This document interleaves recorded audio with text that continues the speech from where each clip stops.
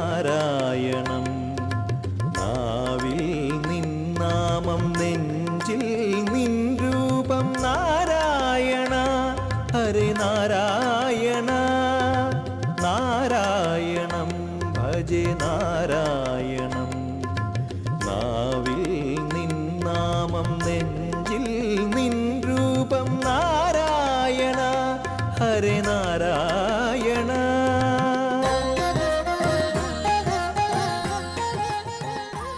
അപ്പൊ നാം ഏവരും കുട്ടിക്കാലം മുതൽ പാടി കേട്ട് വന്നിട്ടുള്ളതാണ്, പ്രത്യേകിച്ചും സന്ധ്യാസമയത്തൊക്കെ ഹരിനാമ കീർത്തനം, അതുപോലെ ജ്ഞാനപ്പാനി. ഇതിൽ ഏതെങ്കിലുമൊക്കെ വരികൾ കേൾക്കാത്തവരാരെങ്കിലും ഉണ്ടോ? ഗുരുനാഥൻ തുണ ചെയ്യുക സന്തതം, തിരുനാമങ്ങൾ നാവിന്മേലെപ്പോഴും, പിരിയാതെ ഇരിക്കണം നമ്മുടെ നരജന്മം സഫലമാക്കിയിടുവാൻ. ഇത് കേൾക്കാത്തവരേ കുറയും. കൃഷ്ണ കൃഷ്ണ മുകുന്ദ ജനാർദ്ദന, കൃഷ്ണ ഗോവിന്ദ നാരായണ ഹരേ, അച്യുതാനന്ദ ഗോവിന്ദ മാധവ, സച്ചിദാനന്ദ നാരായണ ഹരേ. ഇതും കേൾക്കാത്തവർ കുറയും അല്ലേ? മുഴുവനും കൃതിയൊന്നും പറഞ്ഞില്ലെങ്കിലും. അതുകൊണ്ട് അടുത്തതായിട്ട് ജ്ഞാനപ്പാന ആകാം എന്ന് ഭഗവാൻ നിർദ്ദേശിച്ചു. അതനുസരിച്ചിട്ടാണ് നമ്മൾ ജ്ഞാനപ്പാന ആരംഭിക്കുന്നത്. ഇതിൻ്റെ ഉപജ്ഞാതാവ് പൂന്താനം നമ്പൂതിരിയാണ്. പൂന്താനം, എഴുത്തച്ഛൻ, മേൽപ്പത്തൂർ നാരായണ ഭട്ടതിരിപ്പാട് ഇവരൊക്കെ ഒരേ കാലത്ത് ജീവിച്ചിരുന്നവരാണ്. ഏതാണ്ട് 16-ാം നൂറ്റാണ്ടിൻ്റെ അവസാന ഭാഗം, 17-ാം നൂറ്റാണ്ടിൻ്റെ ആദ്യ ഭാഗങ്ങളിലായിട്ട്. അപ്പോൾ 400 വർഷങ്ങളോളമായിട്ട് ഈ കൃതികൾ കേരള മനസ്സിനെ, മലയാളികളുടെ മനസ്സിനെ അനുഗ്രഹിച്ചുകൊണ്ടിരിക്കുക. ഇന്നത്തെ മോഡേൺ ടൈമിൽ ഇതൊക്കെ ആൾക്കാർക്ക് അത്ര ശ്രദ്ധയില്ലാണ്ടായിരിക്കണം. പഴയ കാലത്ത് അങ്ങനെയല്ല. ആ 16-ാം നൂറ്റാണ്ട് എന്ന് പറയുന്നത്, 16-17 നൂറ്റാണ്ടുകൾ നിങ്ങൾ ചരിത്രമെടുത്താൽ അറിയാം, ഒരു ഭക്തി പ്രസ്ഥാനം ആവിർഭവിച്ച കാലഘട്ടമായിരുന്നു ഇന്ത്യയിൽ മുഴുവൻ. വടക്കേന്ത്യ പോയ സൂർദാസ്, ജ്ഞാനദേവ്, നാമദേവ്, തുക്കാറാം, ഇങ്ങനെ എത്രയെത്ര, പുരന്ദരദാസ്, ഇങ്ങനെ എത്രയെത്ര മഹാത്മാക്കള്. കേരളത്തിലെ എഴുത്തച്ഛൻ, പൂന്താനം മുതലായിട്ടുള്ളതായ മഹാത്മാക്കന്മാര് ഒരു ഭക്തിയുടെ ഒരു നവോത്ഥാനം എന്നൊക്കെ വേണം പറയാൻ. അതിലൂടെ ഹൈന്ദവ സംസ്കാരത്തിന് അങ്ങേറ്റം ഉയർച്ച ഉണ്ടായിട്ടുണ്ട്. അതിൽ ഈ പൂന്താനം തിരുമേനി ജീവിച്ചിരുന്നത് അങ്ങാടിപ്പുറത്ത് വളരെ പ്രസിദ്ധമായ ക്ഷേത്രമാണ് തിരുമാന്താംകുന്ന് ക്ഷേത്രം. അവിടുന്ന് വളരെ അടുത്തായിട്ട് പൂന്താനം ഇല്ലത്ത, അദ്ദേഹത്തിന്റെ പേരെന്താന്ന് വ്യക്തമല്ല, പൂന്താനം നമ്പൂതിരിനെ അറിയപ്പെടുന്നുള്ളൂ. തികഞ്ഞ ഗുരുവായൂരപ്പന്റെ ഭക്തനായിരുന്നു അദ്ദേഹം. എല്ലാ മാസവും തിങ്ങഭജനം തൊഴാൻ, 1-ാം തീയതി തൊഴാൻ ഗുരുവായൂർക്ക് പോകും.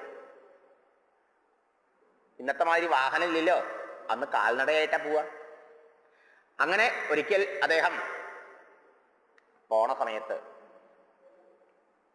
ഒരു വലിയ വിജനമായ സ്ഥലത്ത് രാത്രിയിൽ കള്ളന്മാർ അദ്ദേഹത്തെ ആക്രമിക്കാൻ വന്നത്രേ. ആരാ അദ്ദേഹത്തിന് ഏക ആശ്രയം? ഗുരുവായൂരപ്പൻ മാത്രമാണ് ഏക ആശ്രയം.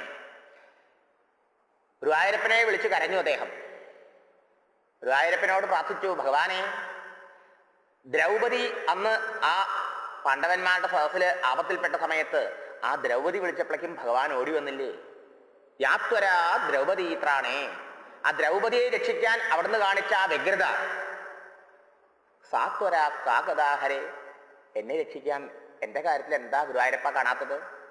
യാത്വരാ ഗജരക്ഷണേ, ആ ഗജേന്ദ്രൻ ആന മുതലയുടെ കടികൊണ്ട് അങ്ങനെ വെള്ളത്തിലങ്ങനെ താണു പോണ സമയത്ത് ആ ഭക്തനായ ഗജേന്ദ്രനെ രക്ഷിക്കാൻ ഓടിയെത്തിയില്ലേ ഹരിയായിട്ട് അവതരിച്ച അവിടുന്ന് ഭഗവാനെ? ആ കാരുണ്യം എന്തേ എന്നിൽ കാണിക്കാത്തത്? മയ്യാർത്തേ കരുണാമൂർത്തേ, അവിടുന്ന് കരുണാമൂർത്തിയല്ലേ ഭഗവാനെ എന്ന് പറഞ്ഞ് ഉള്ളുരുകയാണെന്ന് വിളിച്ചപ്പോഴേക്കും ദാ വരുന്നു അത്രയും മങ്ങാട്ടച്ഛൻ.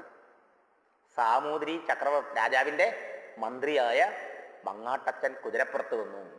വാളുകൊണ്ട് ആ കള്ളന്മാരെയൊക്കെ വെട്ടി വീഴ്ത്തി. തിരുമേനി, ഇനി പേടിക്കണ്ട, ധൈര്യമായിട്ട് സമാധാനമായിട്ട് പൊക്കോളൂ അമ്പലത്തിലേക്ക് കേട്ടോ. ഇത് കണ്ട സമയത്ത് അദ്ദേഹത്തിന് എന്തെന്നില്ലാത്ത സന്തോഷം. ആ ഗുരുവായൂരപ്പൻ തന്നെ വിളി കേട്ട് രക്ഷിക്കാൻ വന്നു തോന്നി. ഏതായാലും തൻ്റെ ജീവൻ രക്ഷിച്ച ആ മങ്ങാട്ടച്ഛന് വിരലിൽ കിടന്ന ആ സ്വർണ്ണമോതിരം ഊരി തിരുമേനി സമർപ്പിച്ചു. അദ്ദേഹം പോവുകയും ചെയ്തു.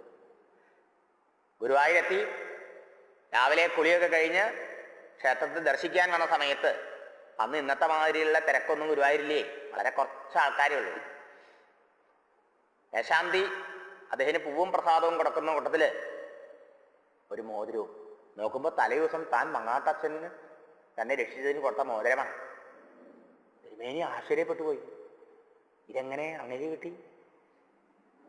രാത്രിയിലെ ഗുരുവായൂരപ്പൻ മേശാന്തിക്ക് സ്വപ്നത്തിൽ അരുളി ചെയ്തു പോലെ മങ്ങാട്ടച്ഛന്റെ രൂപത്തിൽ ആരാ വന്നത്? പൂന്താനം ഭക്തരെ രക്ഷിക്കാൻ ഗുരുവായൂരപ്പനാ വന്നത്.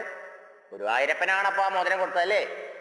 തിരുമേനിയോട് പറഞ്ഞു, ഭഗവാൻ ദാ രാവിലെ നട തുറക്കുമ്പോൾ എൻ്റെ ആ വിഗ്രഹത്തിൽ ഒരു മോതിരം ഉണ്ടാവും, അത് നാളെ പൂന്താനം തിരുമേനി വരുമ്പോൾ തിരുമേനിക്ക് കൊടുത്തേക്കണം എന്ന്. ആ ഭഗവാൻ സ്വപ്നത്തിൽ അരുളി ചെയ്ത പ്രകാരം ആ മോതിരം കൊടുക്കുക. പൂന്താനത്തിൻ്റെ എന്താ ആ അവസ്ഥ ഒന്ന് ആലോചിച്ച് നോക്കൂ. പ്രത്യക്ഷമായിട്ട് ഗുരുവായൂരപ്പൻ ഏതേത് രൂപത്തിലാണ് നമ്മളെയൊക്കെ അനുഗ്രഹിക്കാൻ വരണത്? ശംഖചക്ര ഗദാപത്മങ്ങൾ ധരിച്ച് മാത്രം തന്നെ വരണമെന്നില്ല കേട്ടോ. നമ്മുടെ ഓരോരുത്തരുടെ ജീവിതത്തിലും ഈശ്വരന്റെ അനുഗ്രഹമേ ഉള്ളൂ, ഭഗവാന്റെ കാരുണ്യമേ ഉള്ളൂ. ഈ നിമിഷം നമ്മൾ ജീവനോടെ ഇരിക്കുന്നുണ്ടെങ്കിൽ അത് ആരുടെ മിടുക്ക് കൊണ്ടാ? നമ്മുടെ മിടുക്ക് സാമർഥ്യം കൊണ്ടാണോ? നമുക്ക് എന്ത് മിടുക്കുണ്ട്? കറണ്ട് ഇപ്പം അങ്ങോട്ട് പോയി കഴിഞ്ഞാൽ ഈ വൈദ്യുത ഉപകരണങ്ങളൊക്കെ എന്ത് മിടുക്കുണ്ട്? ഉണ്ടോ? ഇതുപോലെയാണ് നമ്മുടെ ഒക്കെ അവസ്ഥ നഷ്ടം. ഫാനുണ്ട്, ഫ്രിഡ്ജുണ്ട്, ഹീറ്ററുണ്ട്, കമ്പ്യൂട്ടറുണ്ട്, ടി വി ഉണ്ട്, അല്ലേ? എല്ലാം പ്രവർത്തനരഹിതമാവില്ലേ കറണ്ട് ഇല്ലെങ്കിൽ? ഇതുപോലെ ഹെഡുണ്ട്, ഹാർട്ടുണ്ട്, ലങ്സ് ഉണ്ട്, കിഡ്നി ഉണ്ട്, അല്ലേ? കൈയുണ്ട്, കാലുണ്ട്, കണ്ണുണ്ട്, മൂക്കുണ്ട്, എന്തെല്ലാണ്ട് നമുക്ക്. ഇതൊക്കെ ജഡവും നിർജീവവുമായിട്ടുള്ളതായ ഉപകരണങ്ങളല്ലേ? ഈ ഉപകരണങ്ങൾക്ക് പ്രവർത്തിക്കാനുള്ള സാമർഥ്യവും കഴിവും എവിടുന്നുണ്ടായി? ആര് തന്നു? നമ്മൾ ആലോചിക്കാറുണ്ടോ? ഇതൊക്കെ പ്രവർത്തിക്കണമെങ്കിൽ ഒരു കറണ്ട് വേണമല്ലേ? ഒരു ശക്തിയില്ലെങ്കിൽ ഒരു മെഷീൻ പ്രവർത്തിക്കുമോ? ഒരു മെഷീൻ പ്രവർത്തിക്കണണ്ട, അതിൻ്റെ പുറകിൽ ഒരു ശക്തി വേണമെന്ന് ഊഹിക്കാം. ഇതുമാതിരി ഈ മെഷീൻ എങ്ങനെ പ്രവർത്തിക്കണത്? നിങ്ങൾ ആലോചിച്ച് നോക്കൂ. എന്തെല്ലാം മെഷീൻ ചേർത്തുണ്ടാക്കിയ ഒരു മെഷീനാണ് നമ്മുടെ മനുഷ്യ ശരീരം, അല്ല? അങ്ങനെയുള്ള അത്ഭുതകരമായ ഈ മെഷീൻ പ്രവർത്തിക്കുന്നത് ഭഗവത് സാന്നിധ്യം കൊണ്ടാണ്. ആത്മചൈതന്യമാശ്രിത്യ ദേഹേന്ദ്രിയ മനോധിയ അർത്ഥേഷു സ്വകീയേഷു വർത്തന്തേ. കാന്തത്തിന്റെ സാന്നിധ്യത്തിൽ ഇരുമ്പ് ചലിക്കും കണക്കെ, സൂര്യന്റെ സാന്നിധ്യത്തിൽ ജീവജാലങ്ങൾ എഴുന്നേറ്റ് അവരവരുടെ പ്രവർത്തനങ്ങൾ ചെയ്യും കണക്കെ ഈ ജീവജാലങ്ങൾ മുഴുവനും പ്രവർത്തിക്കണമെങ്കിൽ അതൊക്കെ ഭഗവാൻ ആത്മചൈതന്യമായി നമ്മളിൽ ഓരോരുത്തരിലും അന്തര്യാമിയായി സാന്നിധ്യം ചെയ്യുകൊണ്ടാണ്. ആ ഭഗവാന്റെ കൃപയല്ലേ നമ്മുടെ ജീവിതം ഓരോ നിമിഷവും നമ്മൾ നയിക്കാൻ ഇടവരുന്നത്. നാം ഉറങ്ങുമ്പോൾ നമ്മുടെ ശ്വാസോച്ഛ്വാസം നമുക്ക് വേണ്ടി നടത്തിയതാരാ? നാം കഴിച്ച ആഹാരത്തെ പാചകം ചെയ്തതാരാ? രക്തം എല്ലായിടത്തും രക്തസംക്രമണം ചെയ്ത് ആ സർക്കുലേറ്ററി സിസ്റ്റം അതൊക്കെ ആരാ വേണ്ട പോലെ നടത്തിയത്? ഭഗവാൻ പറയണു. നമുക്കറിയില്ലെങ്കിൽ ഗീതയിൽ 15ാം അധ്യായത്തിൽ പറയണു, അഹം വൈശ്വാനരോ ഭൂത്വാ പ്രാണിനാം ദേഹമാശ്രിതഃ പ്രാണാപാനസമായുക്ത പജാമി അന്നം ചതുർവിധം.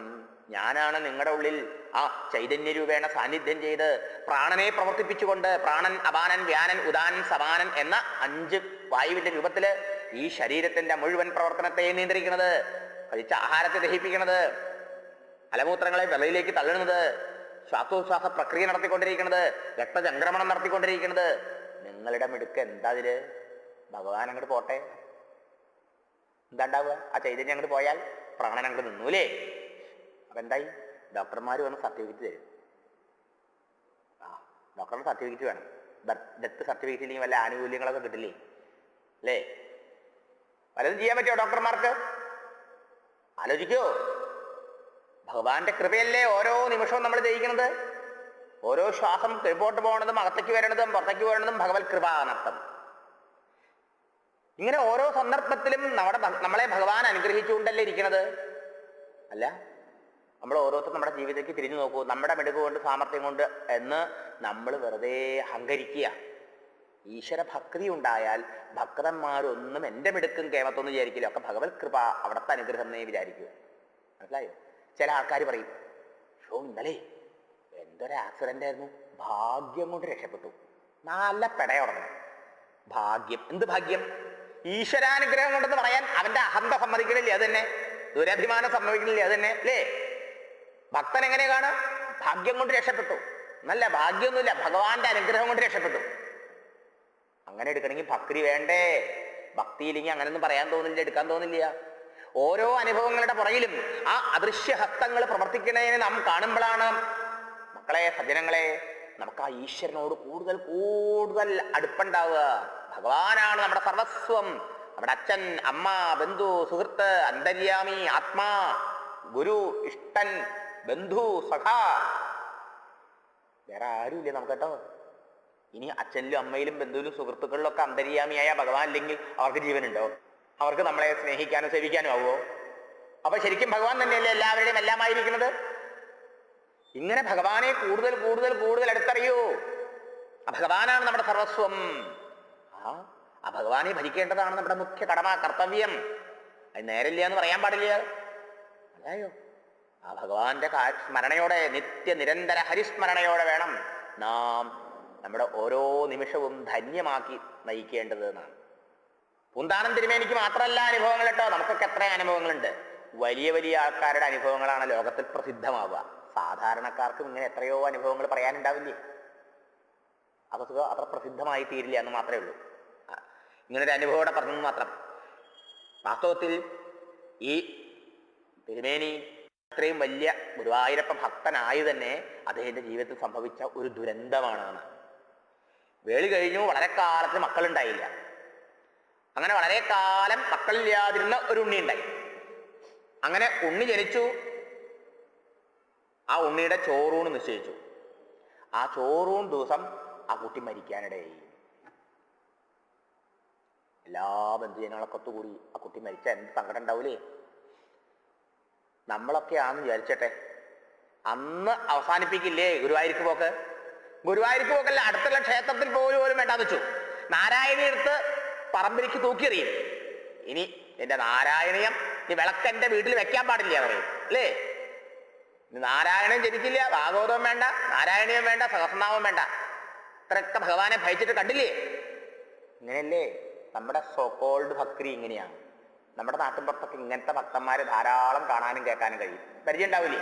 ഭഗവാനെ ഭയച്ചിട്ട് ഇങ്ങനെ വന്നില്ലേ പറയാനും ആൾക്കാരുണ്ടാവും. നാസ്തികന്മാര് കണ്ടില്ലേ? ഭക്തി കൂടിയിട്ടാ ഇങ്ങനെയൊക്കെ. ശരിയോ? നിങ്ങൾ ആലോചിച്ച് നോക്കൂ. ഈശ്വരനോട് അടുക്കാനാണ് ഓരോ ആപത്തുകളും ഭക്തന്മാരെ സഹായിക്കുക, അതിനുപയോഗിക്കുക. കുന്തിയുടെ ജീവിതത്തിൽ എന്തെല്ലാം ആപത്തുകളും ദുഃഖങ്ങളും ഉണ്ടായി. കുന്തി ഭഗവാനെ ചീത്ത വിളിച്ചോ, ഭഗവാനെ വെറുത്തോ, ഭഗവാനെ അകന്നോ, ഭഗവാനെ ഭജിക്കണ്ടെന്ന് വെച്ചോ, കൂടുതൽ കൂടുതൽ ഭഗവാനോട് അടുക്കാനത് കാരണമാക്കി നൃത്തം. അവസാനമോ ഭഗവാനെ സ്വന്തം ആത്മാവും രക്ഷിതാവും എല്ലാം ആയി കണ്ട് ആ ഭഗവാനെ സ്വഹൃദയത്തിൽ സാക്ഷാത്കരിച്ചു. ജീവൻ മുക്തയായി. ഭക്തന്മാരങ്ങനെയാ, എല്ലാത്തിൻ്റെ പുറകിലും ഭഗവാന്റെ അനുഗ്രഹം കാണുക. ഈ ദുരന്തം പൂന്താനം തിരുമേനിയെ ഗുരുവായൂരപ്പനോട് കൂടുതൽ അടുപ്പിച്ചു. അവിടുന്ന് കരഞ്ഞില്ലേ അദ്ദേഹം? നേരെ ഭാഗവതം എടുത്തുകൊണ്ട് നടന്നു ഗുരുവായൂർക്ക്. ആ ഗുരുവായൂർ പോയിട്ട് ആ ഗുരുവായൂരപ്പനെ അങ്ങോട്ട് നമസ്കരിച്ചിട്ട് അവിടെ ഇരുന്ന് ഭാഗവതം വായിക്കാനും നാമം ജപിക്കാനും അങ്ങ് തുടങ്ങി. അവിടെ ഇരുന്ന് ഭഗവാനെ അങ്ങോട്ട് ഭജനം തുടങ്ങി. അവിടെ ഇരുന്നിട്ട് ഭഗവാൻ വിചാരിച്ചു അത്രേ, എന്നെങ്കിലും ഒരു ദിവസം പൂന്താനം എന്നോട് എൻ്റെ മരിച്ച കുട്ടിയെ ജീവിപ്പിച്ചു തരാൻ പ്രാർത്ഥിക്കുമെന്ന്. പക്ഷേ അവസാന നിമിഷം വരെ പൂന്താനത്തിന്റെ നാവിൽ നിന്ന് അങ്ങനെ ഒരു ആഗ്രഹം ഉയർന്നില്ല. മറിച്ച് അദ്ദേഹത്തിനെ കൊണ്ട് ഗുരുവായൂരപ്പൻ പറയിപ്പിച്ചു, ഉണ്ണികൃഷ്ണൻ മനസ്സിൽ കളിക്കുമ്പോൾ ഉണ്ണികൾ വേറെ വേണമോ മക്കളായി. ആ ഉണ്ണി പോയ ദുഃഖം ഭഗവാൻ ഇല്ലാണ്ടാക്കി തീർത്തു. എപ്പോ? ഭഗവാനെ ഉണ്ണിയായിട്ട് അദ്ദേഹത്തിന് കിട്ടിയപ്പോ. നോക്കൂ, ഇങ്ങനെ ഭഗവാനെ നമ്മുടെ സ്വന്തമാക്കിയാലേ ദുഃഖം ഇല്ലാണ്ടാവുള്ളൂട്ടെ. എന്താ പഠിപ്പിക്കണത്? ഈ ലോകത്തിലുള്ള എല്ലാ വസ്തുക്കളും വ്യക്തികളും ബന്ധങ്ങളും എല്ലാം നശ്വരമാണ് അല്ലേ? അച്ഛൻ സ്ഥിരായിരിക്കോ? അമ്മ കൂടെ ഇരിക്കോ? എപ്പോഴും ഭർത്താവ് കൂടെ ഇരിക്കോ? ഭാര്യ കൂടെ ഇരിക്കോ? ബന്ധുക്കൾ കൂടെ ഇരിക്കോ? പണം ഉണ്ടാവുമോ? ആരോഗ്യം ഉണ്ടാവുമോ? എന്താ സ്ഥിരമായിട്ടിരിക്കുക? ഇതൊക്കെ നശ്വരമല്ലേ? ഇതൊന്നും ശാശ്വതമല്ല. ഈ ശരീരം പോലും ശാശ്വതമല്ല. അങ്ങനെയുള്ള നശ്വരമായ ഈ പ്രപഞ്ച വസ്തുക്കളെയും വ്യക്തികളെയും നാം ആശ്രയിച്ചാൽ സ്വാഭാവികമായിട്ട് നമുക്ക് ദുഃഖിക്കേണ്ടി വരില്ലേ? ബുദ്ധിമാൻ, വിവേകി ഭക്തന്മാരെന്ത് ചെയ്യണു? നശ്വരമായിട്ടുള്ളതായ ഈ പ്രാപഞ്ചിക വസ്തുക്കളെയോ വ്യക്തികളെ ആശ്രയിച്ച് ദുഃഖിക്കാൻ ഇടവരുത്താതെ ശാശ്വതനായ മഹാപ്രഭുവിനെ ഭഗവാനെ ഭജിക്കുന്നു, ആശ്രയിക്കുന്നു. ഭഗവാൻ പറഞ്ഞിട്ട് തന്നെയുണ്ട്, അനിത്യം അസുഖം ലോകം ഇമം പ്രാപ്യ ഭജസ്വമാം. ഈ ലോക സ്വഭാവം അനിത്യമാണ്, നശ്വരമാണ്. ഈ ലോകത്തിൽ ഒന്നും ശാശ്വതമായിട്ടില്ല കേട്ടോ. അതിനെ പിടിച്ചാൽ, ആശ്രയിച്ചാൽ കരയേണ്ടി വരും, ദുഃഖിക്കേണ്ടി വരും. അതുകൊണ്ട് ഇവയല്ല പിടിക്കേണ്ടത്. ഇതൊക്കെ മാറുന്നതും നശിക്കുന്നതുമാണെങ്കിൽ എന്താ നിത്യം ശാശ്വതം? മാം, ഞാനാ. കൃഷ്ണ ഭഗവാൻ പറയണു, ഞാനാണ് കേട്ടോ ശാശ്വത വസ്തു. അതുകൊണ്ട് ഭഗവാനെ ഭജിക്കൂ. ഭഗവാനെ ഭജിച്ചാൽ ഭഗവാൻ ആനന്ദസ്വരൂപനാണ്, സച്ചിദാനന്ദ സ്വരൂപനാണ്. ശാശ്വത ആനന്ദം നമുക്ക് കൈവരുന്നത്. അതല്ലേ പൂന്താനം ചെയ്ത് കാണിച്ചു തന്നത്? ആ പുത്രനുണ്ടായ ദുഃഖം അദ്ദേഹത്തിനെ കൂടുതൽ സത്യത്തോടടുപ്പിച്ചു. ജീവിത യാഥാർത്ഥ്യങ്ങളെ തിരിച്ചറിയാൻ അതിടയാക്കി. നമുക്കും ജീവിതത്തിൽ ഇങ്ങനെയൊക്കെയുള്ള പലതും വരുന്നുണ്ട്. നമ്മൾ പിന്നെയും നശ്വരത്തിന്റെ പുറകെ ഓടില്ലാണ്ട് ശാശ്വതനായ ഭഗവാനെ ആശ്രയിക്കണ്ടോ? ഭഗവാന് നേരെ തിരിയണ്ടോ? ആലോചിച്ച് നോക്കൂ. എത്ര മരണങ്ങൾ നമ്മുടെ വീടുകളിൽ നടക്കുന്നുണ്ട് അല്ലേ? എത്ര മരണം കണ്ടാലും നമ്മൾ വിചാരിക്കണ്ടോ ഇതാണ് ഈ ലോകത്തിന്റെ സ്വഭാവം, അതുകൊണ്ട് ഇതിന്റെ പുറകെ ഓടരുത്, ഭഗവാനെ, നശിക്കാത്ത ഭഗവാനെ പിടിക്കണം, ആശ്രയിക്കണം എന്ന്. നോക്കൂ, പൂന്താനം തന്റെ ഉണ്ണിയുടെ മരണം ഗുരുവായൂരപ്പനോട് അടുക്കാൻ കാരണമാക്കി. ആ ഗുരുവായൂരപ്പനും ഭഗവാനും തമ്മിൽ, ആ പൂന്താനം തമ്മിലുള്ള ബന്ധം പിന്നീട് അങ്ങനെയായി. ഒരിക്കൽ പോലും പൂന്താനത്തിന്റെ വായന്ന് ആ കുട്ടി എന്റെ ഏകനായ ഉണ്ണിയെ ഭഗവാനെ മരിച്ചില്ലേ എന്ന് ദുഃഖം പറഞ്ഞില്ല. അങ്ങനെ പതിവായിട്ട് അദ്ദേഹം കുറക്കാലം അവിടെ തന്നെ ഭജിച്ചു. ഭഗവാനെ ഭജിച്ച് പൂന്താനത്തിന്റെ ഉണ്ണി മരിച്ച ദുഃഖം അങ്ങോട്ട് ഇല്ലാണ്ടായി. ആ ദുഃഖം മാത്രമല്ല ഇല്ലാണ്ടായത്, അത് തൽക്കാലത്തൊരു ദുഃഖം. ഒരു ദുഃഖം കഴിഞ്ഞാൽ വേറെ ദുഃഖം വരാൻ തയ്യാറായിരിക്കില്ലേ നമ്മുടെ ജീവിതത്തില്? അല്ലേ? രണ്ട് ദുഃഖങ്ങളുടെ ഇടവേളയാണ് ഇപ്പൊ നമ്മളൊക്കെ പറയണ ഒരു സുഖം എന്ന് പറയണത്. ദുഃഖമാണ് ജീവിതത്തിൽ അധികമുള്ളതെന്നർത്ഥം. ആ ജീവിതത്തിൽ പിന്നെ ഒരിക്കലും പൂന്താനം തിരുമേനിക്ക് ദുഃഖം എന്നുള്ളത് ഉണ്ടായിട്ടില്ല. എപ്പോഴും ഭഗവാനെ ഉള്ളിൽ കണ്ടനുഭവിച്ച് ആനന്ദിച്ച് ആ പരമാനന്ദത്തിൽ കഴിഞ്ഞു. വയസ്സായി, ഗുരുവായൂർക്ക് നടക്കാൻ വയ്യാണ്ടായി. ഇന്നത്തെ മാതിരി വാഹനങ്ങളൊന്നും ഇല്ലല്ലോ. ഇവിടുന്ന് ഓൺലൈനിൽ റൂമൊന്നും ബുക്ക് ചെയ്തിട്ടല്ലല്ലോ പോണത്. ഇന്നൊക്കെ അല്ലേ അങ്ങനെ പോണത്, അന്നൊന്നുമില്ലല്ലോ. അപ്പൊ നടന്നു തന്നെ പോണ്ടേ. വയ്യാണ്ടായി.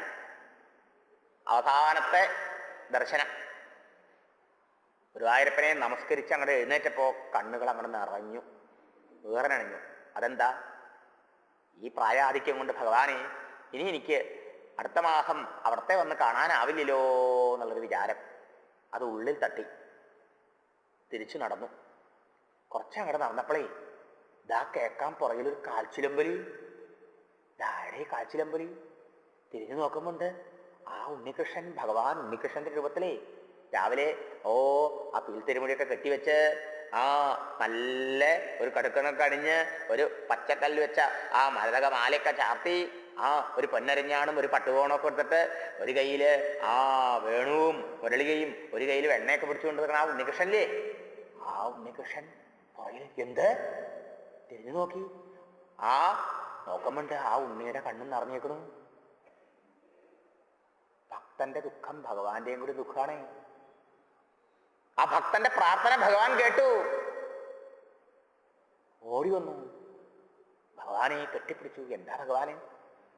പൂന്താനം, അങ്ങ് എന്നെ കാണാൻ ഇനി ഗുരുവായൂർക്ക് വരണമെന്നില്ല. അങ്ങക്ക് അവിടെ ഇല്ലത്ത് എന്റെ ദർശനം ഉണ്ടാവും, എന്നെ അവിടെ ഇരുന്ന് കാണാറാവും. ഗുരുവായൂരപ്പൻ ആ ഉണ്ണിയായിട്ട് തൻ്റെ ഇല്ലത്ത് ദർശനം കൊടുത്തു. ആ ദർശനം കിട്ടിയ സ്ഥലത്ത് ഒരു ക്ഷേത്രം പണിത്, അതാണ് നെടത്തുപുറത്ത് കാവ് എന്ന് പ്രസിദ്ധമാണ്. ആ ക്ഷേത്രം പിന്നീട് ഗുരുവായൂർ ദേവസ്വം ഏറ്റെടുത്തു. അവിടെ ആ കൃഷ്ണനെ പൂജിക്കുന്നുണ്ടായിരുന്നു അദ്ദേഹം മരണം വരെ. കണ്ടോ, ഭക്തി ഉണ്ടായ എന്താ അത്ഭുതങ്ങൾ സംഭവിക്കാത്തത്. പക്ഷെ നമ്മുടെ കച്ചവട ഭക്തി ആവാൻ പാടില്ല. കല്യാണം നടക്കണം, എന്തിനാ ഗുരുവായൂരപ്പനെ ഭജിക്കണേ? കല്യാണം നടക്കണം, കാതൂത്ത് നടക്കണം, പേരക്കുട്ടി ഉണ്ടാവണം, ഉദ്യോഗം കിട്ടണം, ഇങ്ങനെ 100,000 കാര്യങ്ങൾക്ക് വേണ്ടിയിട്ട് ഭഗവാനെ യൂസ് ചെയ്യുന്നവരധികം. അവർക്ക് ഭഗവാനോടോ ഭക്തി അതോ നടക്കേണ്ട കാര്യങ്ങളോടോ? യഥാർത്ഥ ഭക്തൻ ഭഗവാനെ ആഗ്രഹിക്കുള്ളൂ. നമ്മളോട് ശരിക്കും ഇഷ്ടമുണ്ടെങ്കിൽ നമ്മളല്ലേ സ്വന്താക്കാൻ നോക്കുക. നമ്മളിന്ന് എന്തെങ്കിലും ആഗ്രഹിക്കോ? ഇല്ലല്ലോ. ഭഗവാന്റെ ഭക്തന് ഭഗവാനെ വേണ്ടു. ഭഗവാനെ എനിക്ക് സ്വന്തമാക്കണം. അതാ അങ്ങനെ സ്വന്താക്കി പൂന്താനം നമ്പൂതിരി. അറിയോ, നമുക്കും ഭക്തി ഉണ്ടെങ്കിൽ ആ കൃഷ്ണനെ, ആ ഗുരുവായൂരപ്പനെ ഇങ്ങനെ സ്വന്താക്കാൻ പറ്റുന്ന അദ്ദേഹത്തിന്റെ കഥ പഠിപ്പിക്കുന്നത് നൃത്തം. വളരെ കാലം ഭഗവാന്റെ ആ പൂജയൊക്കെ ചെയ്തുകൊണ്ട് അദ്ദേഹം അവിടെ അങ്ങനെ കഴിഞ്ഞു. അങ്ങനെ അനുഗ്രഹീതനായ ഒരു ഭക്ത കവിയായിരുന്നു ഈ പൂന്താനം തിരുമേനി. അദ്ദേഹത്തിന്റെ പല കൃതികളും അദ്ദേഹം എഴുതിയിട്ടുണ്ടെങ്കിലും പ്രസിദ്ധമായത്, പ്രചുരപ്രചാരമായത് ജ്ഞാനപ്പാനയാണ്. ഇതുപോലൊരു പാനയാണ് പനഞ്ചപ്പാട്ട്. അതാണ് സന്താനഗോപാലം പാന. സന്താനഗോപാലത്തിലെ ബ്രാഹ്മണന്റെ കുട്ടികൾ ഒക്കെ മരിച്ചപ്പോ അർജുനൻ രക്ഷിക്കുന്നു പറഞ്ഞ് പിന്നെ അന്വേഷിച്ച് രക്ഷിക്കാൻ പറ്റാണ്ടായി. അർജുനൻ തീ ചാടി മരിക്കാൻ പുറപ്പെട്ടപ്പോൾ ഭഗവാൻ വന്ന് രക്ഷിച്ച ആ കഥയാണത്. പ്രസിദ്ധമായത് ഇതാണ്. ഇതിന്റെ ഒരു കേമത്വം എന്താ? പരമമായ ജീവിത ലക്ഷ്യം ഈശ്വര സാക്ഷാത്കാരം. അത് വളരെ ലളിതമായ പദ്യങ്ങളിലൂടെ ആർക്കും എളുപ്പത്തിൽ ഹൃദിസ്ഥമാക്കാൻ പാകത്തിന് നമുക്ക് പറഞ്ഞു തന്നിക്കണമെന്നുള്ളതാണ് ഈ ജ്ഞാനപ്പാനയുടെ ഒരു മഹിമ. ജ്ഞാനപ്പാന എന്ന് പറഞ്ഞുകൊണ്ട് തന്നെ ജ്ഞാനമാണ് ഇതിലെ വിഷയം എന്ന് വ്യക്തമാണല്ലോ. അജ്ഞാനമാണ് ബന്ധനത്തിന് കാരണം എന്ന് പറയാം. നമ്മുടെ ഓരോരുത്തരുടെ ഉള്ളിലും ഭഗവാനുണ്ട്. സംശയമുണ്ടോ? ഭഗവാൻ ഉള്ളതുകൊണ്ടപ്പോൾ നമ്മൾ ജീവനോട് ഇരിക്കുന്നത്. പക്ഷെ നമ്മുടെ ഉള്ളിലുള്ള ഭഗവാനെ നമ്മൾ ആരെങ്കിലും കാണുന്നുണ്ടോ, അറിയണ്ടോ? ഇല്ല. ഹൃദയത്തിൽ ഇരുട്ടിരിക്കുക, അജ്ഞാനത്തിന്റെ ഇരുട്ടേ. പുറത്തിരുട്ടിരുന്ന വസ്തുവിനെ കാണാൻ പറ്റുമോ? വസ്തു മേശപ്പുറത്തുണ്ട്, മുമ്പിലുണ്ട്, ഇരുട്ട് മുമ്പിൽ, അതിനെ മറച്ചു വെച്ചാൽ കാണാൻ പറ്റുമോ? ഇരുട്ട് നീങ്ങാൻ വെളിച്ചം വരണ്ടേ? ആ ഇതുമാതിരി ഉള്ളിലുണ്ട് ഇരുട്ടേ. ഉള്ളിലെ ഇരുട്ട് നീക്കി തരുന്ന ആളാണ് ആര്? ഗുരുനാഥൻ. അതാണ് ഗുരുവിന്റെ പണി. ആ ഗുരുനാഥനെ പ്രാർത്ഥിച്ചുകൊണ്ടാണ് ജ്ഞാനപ്പാന ആരംഭിക്കുന്നത്. നമുക്കും ആരംഭിക്കാം. ഇടയ്ക്കിടയ്ക്ക് 3-4 ശ്ലോകം ചൊല്ലിയിട്ട് ഒരു പല്ലവി എല്ലാവർക്കും ചെല്ലാൻ പാകത്തിനുള്ളത്.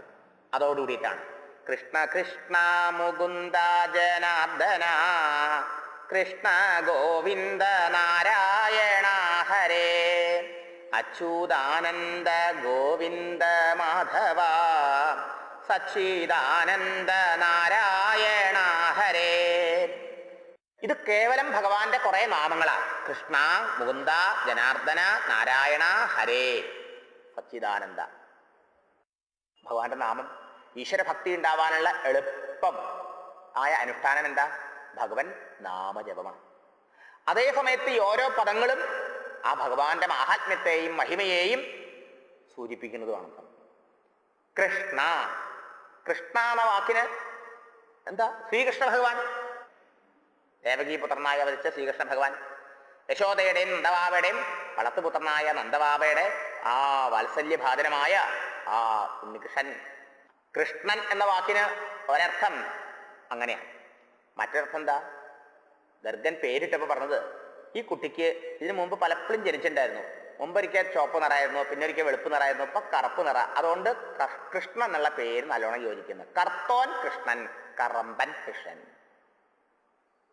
കൃഷ്ണൻ എന്ന് പറഞ്ഞാലോ കർഷതീരി കൃഷ്ണ, എല്ലാവരെയും തന്നിലേക്ക് ആകർഷിക്കുന്നവൻ, വലിക്കുന്നവൻ എന്നർത്ഥം.